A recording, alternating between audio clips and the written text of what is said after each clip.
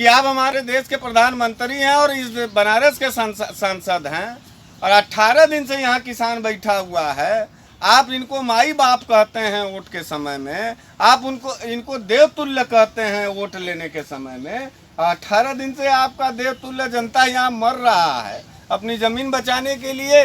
एक को आधिकारिक पोस्ट और एक तो ट्वीट भी आप नहीं कर सके कि किसानों, हमारे संसदीय क्षेत्र में बैठे किसानों का जो बात है उसको हम सुनेंगे, उस पर त्वरित कार्रवाई करेंगे और ग्रामीण साथियों का भी विकास के नाम पर कुछ सहयोग हम भी अपेक्षा करते हैं। ये लाइन लिख देते हैं आप।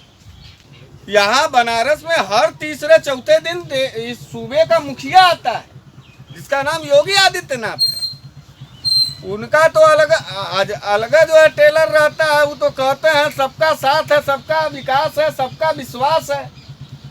तो इनका विश्वास ये योगी राज में, उत्तर प्रदेश के भाजपा सरकार में इन किसानों का विश्वास क्यों नहीं है, ये क्यों धरने पे बैठे हैं, इस बात को भी हम कहना चाहते हैं। योगी बाबा भी नहीं ट्वीट किए कि क्यों बनारस में बैठे हुए हैं किसान, वो आवे हमसे बात कर लें, इस बात का भी पहल नहीं हुआ। अब नजरिया समझिएगा, जिनको आप वोट देते हैं वो उनके नजर में आपकी हैसियत क्या है, बस इसी बात को समझिएगा। वोटिया लेते समय माई बाबू हो जाते हैं आप, और 18 दिन से धरना बैठे हुए हैं, आपका कोई अस्तित्व नहीं है। देखिए, बुरा मत मानिएगा, आपकी कोई इज्जत नहीं है सरकारों की निगाह में। वो तो वहाँ हमको तो लग रहा है कि वो लाठी में तेल वेल पिला रहे हैं सब आप लोगों को पीटने के लिए।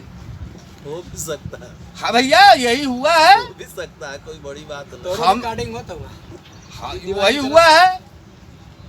हमारे पुलिस के साथी यहाँ बैठे हैं, वो देख के बड़ा अच्छा लगा। हमको धमकी मिला था, अभी समझिए, हमको योगी राज जी धमकी मिला था जान से मारने के लिए। रामजी लाल सुमन के ऊपर हमला किया था करनी सेना वाले। तो हमने कहा कि वो दलित सांसद है, उसके घर पर हमला क्यों किए? जिन लोगों ने भी किया वो गुंडा है और वो कुकर्म काम किए। इस बात का धमकी हमको पूरे देश से 5,000 10,000 की संख्या में राजकुमार जी हमको मिला था। उसका लिखित और ओरल अध्यक्ष जी शिकायत गई थी पुलिस में, उसका रिकॉर्ड है। और हमारे यहाँ एक को पुलिस हमको पूछने ये नहीं आया कि किसने तुमको धमकी दिया था, क्यों एप्लीकेशन दिए हो, चलो जांच करें। लेकिन हम आप लोगों का सौभाग्य देख रहे हैं कि 18 दिन से आप धरने बैठे हैं और बिना बुलाए पुलिस यहाँ 18 दिन से आपकी रक्षा सुरक्षा कर रही है। इस बात का धन्यवाद है पुलिस को। यानी पुलिस को अपराधियों को नहीं पकड़ना है, पुलिस को गुंडों को नहीं पकड़ना है, पुलिस को किसानों को पकड़ना है, पुलिस को आंदोलन करने वाले लोगों को पकड़ना है, पुलिस को अपना अधिकार मांगने वालों को पकड़ना है, उनके ऊपर पहरेदारी रखना है। आप किसान नहीं, आप इस देश के अपराधी हैं, इसलिए पुलिस लगाई गई है। पुलिस की वर्दी दिखा करके आपको डरवाने की कोशिश की जा रही है, मनोदशा आपका परिवर्तित करने की कोशिश की जा रही है। फोर्स लगा दो, गरीब किसान हैं, मजदूर हैं, डरेंगे, फिर ये चुप्पे से अपनी जमीन दे देंगे, फिर ये यहाँ से भाग जाएंगे। तो इस जमीन पर कौन आएगा? हमारे नरेंद्र मोदी जी के रिश्तेदार गुजराती भाई। बड़ा बड़ा स्टेडियम, बड़ा बड़ा होटल, बड़ा बड़ा रोड, विकास के नाम पर आप हमारी जमीनें छीन लें, हमारे परिवार के छोटे बच्चों का भविष्य छीन लें, हमारे परिवार का जीविकोपार्जन छीन ले, तो ये बर्दाश्त नहीं किया जाएगा। इसको क्षमा भी नहीं करना चाहिए किसी भी व्यक्ति को, चाहे किसान हो, चाहे नौजवान हो, चाहे अगड़ा हो, चाहे पिछड़ा, चाहे हिंदू हो, चाहे मुसलमान। हम लोग अपने पाप को भोग रहे हैं। पाप को इसलिए भोग रहे हैं कि 15 साल से टपाटप हम लोग भाजपा को वोट दिए और नरेंद्र मोदी को सांसद बनाए। यही पाप। नहीं तो कोई और सरकार होती तो शायद उसका प्रतिनिधि आता, आपके ग्रामीण लोगों से जिनकी जमीन जा रही उनसे वार्ता करता, कि नहीं नहीं ठीक है, आपकी मांग क्या है?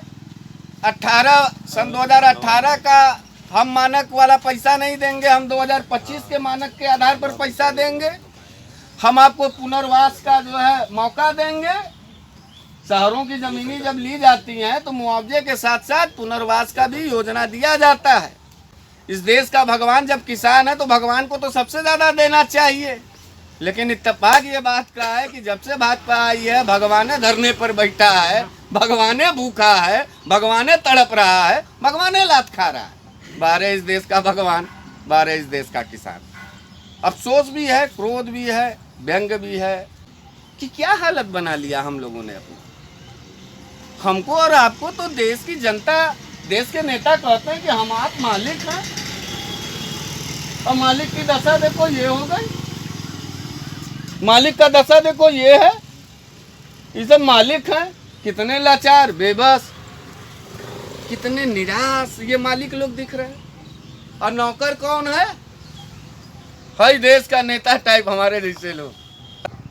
वो ये नहीं चाहते कि बनारस में खेती रहे, किसानी रहे, हरियाली रहे। वो ये चाह रहे हैं कि बनारस में बड़ी ऊंची बिल्डिंगें रहें, बड़े बड़े अमीर लोग रहें, और खेती किसानी करने वाले लोग चंद रुपया ले करके किसी नदी के किनारे फिर से वही झोपड़ी बसाइए और फिर से उसी सरकारों के रहमो करम में बंजर भूमि को फिर अपना खेत बनाइए, फिर उपजाऊ बनाएंगे, फिर वहाँ से कोई विकास निकालेंगे, फिर मारेंगे। फिर आप विरासत दिया कि जब जब जुल्म हो तब तब आपको मुखर आवाज उठाना है। जमीन अगर चली गई तो जमीर चली। लोग कहते हैं कि खलीता का बूता अपन रहला तब फिर सब मेला घूमे में मजा आवा। लोकतंत्र में वोटर, जनता सबसे बड़ा मालिक, सबसे बड़ा निर्णायक करता होता है। कि अगर डीएम नहीं आया आप लोगों से बात करने के, कितना काम है। मान लो प्राइम मिनिस्टर को पूरा देश संभालना है, विदेश संभालना है। मान लो सीएम साहब हैं, उनको पूरा प्रदेश 80 जिला संभालना है। उनके मंत्री हिंदू मुसलमान में बेचारे लगे हुए हैं, जातियों को लड़ाने में, धर्म को लड़ाने में। इस बात से मानते हैं बड़े व्यस्त। इस शहर का डीएम कितना व्यस्त है। इस डीएम की जिम्मेदारी, बनारस के डीएम की जिम्मेदारी होती है कि नहीं होती है कि कुछ लोग अगर किसी भी बनारस जनपद के किसी भी गांव में बैठे हैं तो क्यों बैठे हैं, उनसे बात करने के लिए डीएम साहब को आना चाहिए था कि नहीं आना चाहिए? नहीं आए तो नेताओं के नज़र में आपकी इज्जत नहीं और अधिकारियों के भी नज़र में भी आपकी इज्जत नहीं। हम बोले तो बोले कहाँ, कहें तो कहें किससे, और लड़े तो कहाँ लड़े। ये बहुत बड़ा चुनौती है, एक बहुत बड़ा सवाल है। अंधेर नगरी चौपट राजा वाला असली कहानी और असली सबूत इस सरकार में हमको दिखाई दे रही। एकदम अंधेर नगरी है। अब डीपीआर का और योजना का कहीं फाइले नहीं है, बस वो सब आए, खूंटा गाड़े और चल दिए। ये खूंटा गाड़ने वाले जो लोग हैं, इनका योजना भी नहीं है, खाली जमीन खींचना है, खाली जमीन खींचना है। एक्चुअली में हमको लगता है कि जो बाहरी जो पूंजीवादी लोग हैं, जब ये स्टेडियम खुल जाएगा तो ये नेशनल हाईवे है, आपकी कीमती ज़मीनें हैं, नेशनल हाईवे है, यहाँ से रिंग रोड है, उधर एयरपोर्ट है, भाई ठीक है। तो अब ये महंगी ज़मीनें जो है अब उनको चुभ रही है कि ये ज़मीनें हमारी होती तो हम यहाँ पर राज करते और यहाँ इन नौजवानों को हम अपने यहाँ नौकरी पे रख लेते। ज़मीन छीन करके मजदूर बनाने की जो प्रथा और जो सोच है पूंजीवादियों का, वो यहाँ पर लागू है। एसडीएम साहब आए थे, क्या कहे?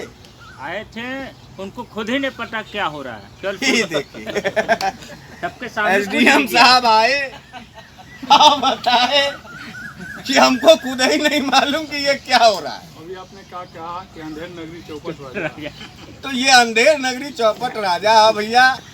देखा जगह जमीन तो हार न जाए, एकरे बदे हम लोग एकजुट थैला ताकि हमरे भी चेहरे पे कभी भी मुस्कुराहट न रही। कासे हमार ये बात का गारंटी हो कि हम भाजपाई ना हैला।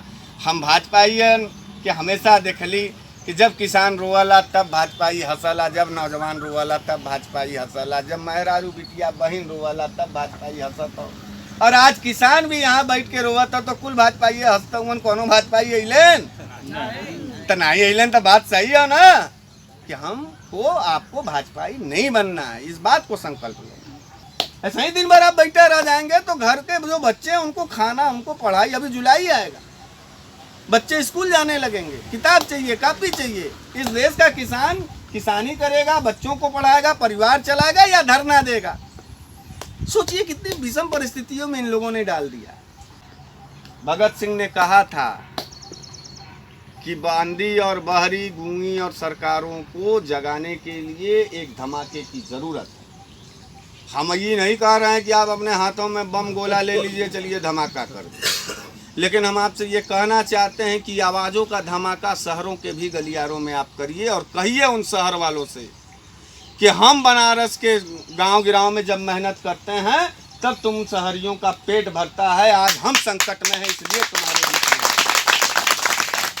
शहर वालों से चल करके भी वार्तालाप करिए, बगल वाले गांव वाले से भी कहिए, सबसे कहिए, सबको जुटाइए। और जन आंदोलन से बड़ा कोई ताकत नहीं होती है, सरकारें झुकती हैं। और इस देश का क्रूर तानाशाह भारतीय जनता पार्टी जब जब झुकी तो इतिहास गवाह रहा है कि वो किसानों के चरणों में झुकी, किसानों के सामने नाक रगड़ी। हमने देखा है सन 2020 और 21 का वो किसान आंदोलन, जिसको दबाने के लिए सरकार ने 1 साल तक कान में तेल डाल करके बैठा रह गया, लेकिन बाहर इस देश का किसान नरेंद्र मोदी जैसे क्रूर और आतंक की विचारधारा वाले आदमी को भी सर झुकाने का और माफ़ी मांगने का उन्होंने मौका दिया। माफ भी कर दिया इस देश के किसानों ने, 700 किसान लोग मार दिए गए। और कहिएगा कि भैया हम आपके भी दरवाजे पर आए थे, आपसे भी रो रहे हैं, और जीवन का संकट में वो तो आप लोगों के वजह से थोड़ा सा बचा है। जिस दिन अनाज इस देश का महंगा हो जाएगा उस दिन इस देश में मार होना हो जाएगा, गृह युद्ध हो जाएगा। तो ये हम शहरियों का भी है जिम्मेदारी कि आपके आंदोलन में आकर के खड़े हों, क्योंकि रोटी का सवाल। किसान रोटी, बेटी और खेती का एक प्रतीक है इस भारत का, और ये प्रतीक रहेगा। मैं आप लोगों के जज्बे को बहुत ही क्रांतिकारी सलाम करता हूँ। एक कहावत है हमारे पूर्वांचल में कि जिसके आगे नात न पीछे पगहा, तो वैसी स्थिति है आप लोगों की। न सरकार है आपके आगे बात सुनने के लिए और न पीछे आपके जो है कि पूरा जन समुदाय। लेकिन इस विषम परिस्थिति में अकेले खड़े होकर के आप अपनी ज़मीन और ज़मीन बचाने के लिए खड़े हैं, इसके लिए आपको क्रांतिकारी सलाम। हम पार्टी से समाजवादी लोग हैं, हम आपके साथ खड़े हैं। हम पिछली बार भी आए थे, फिर आज आए हैं, आगे और भी लगातार आते रहेंगे। निर्णय लेकिन आपको लेना है। ये किसान जो लोग हैं ये सपाइयों, कांग्रेसियों और बसपाइयों और नेशनल इक्वल पार्टी से पैसा लेके बैठे हैं। यही ना कहा था किसानों को, यही ना आरोप लगा है। हम नहीं कर रहे, देश की मीडिया बोली थी आपको दलाल बना देगी, आपको पैसा ले करके आंदोलन करने वाली बता देगी। नरेंद्र मोदी जी बोले थे देश में कि इस देश में आंदोलन जीवी लोग, आपको आंदोलन जीवी बता देंगे। हम नहीं बोल रहे। और सरकारों से सवाल होना चाहिए, सरकारों से बोलना चाहिए कि ये तकलीफ है हमको, हमारी ज़मीन चली जाएगी, हमारा जीवन अंधकारमय हो जाएगा, इसलिए मेरी ज़मीन मत लो। ये रिक्वेस्ट करने के लिए, ये गुहार लगाने के लिए ना बैठे हैं। ऐसा तो है नहीं कि तोप, तंदू और बंदूक और लेके आए हैं, बैठे हैं, युद्ध शुरू करेंगे। आप बैठे हैं और आपकी गुहार भी सुनने वाला कोई नहीं है, इस बात का तकलीफ। स्थितियाँ बहुत गंभीर हैं हमारे और आपके सामने। निर्णय लेकर के आंदोलन को आगे बढ़ाइए। ये सुन करके बहुत अच्छा लगा कि रथ यात्रा मेले में आप भीख मांगेंगे। आप आंदोलन नहीं करेंगे भीख मांगने का, आप इस देश के असली सच्चाई को उजागर करेंगे उस दिन राजा तालाब में, कि जब किसान हाथ में कटोरा लेकर के भीख मांगेगा, जो इस देश के तमाम पूरे देशवासियों का पेट भरने का ताकत रखता था, आज वो भिखमंगे की स्थिति में। इस आंदोलन को करिए, शहर के तरफ जाइए, डीएम के प्रतिनिधि से भी मिलिए, एसडीएम से मिलिए और इन अधिकारियों को चेता दीजिए कि अगर हम अपने ज़मीन के छाती को चीर के अनाज पैदा कर सकते हैं, तो हम उनके भी छातियों को चीर सकते हैं जो हमारी ज़मीन छीन सकता है। इस बात आप सभी लोगों को क्रांतिकारी अभिवादन है, बहुत बहुत धन्यवाद है, बहुत बहुत आप लोग साथ है। और मैं आपका बेटा, आपका भाई हूँ, आपका साथी हूँ। जहाँ वक्त मिलेगा पूर्वांचल किसान यूनियन के साथ खड़ा होने के लिए ताउम्र ताजीवन हम आपके साथ खड़े रहेंगे। इनकलाब जिंदाबाद, जय जवान जय किसान।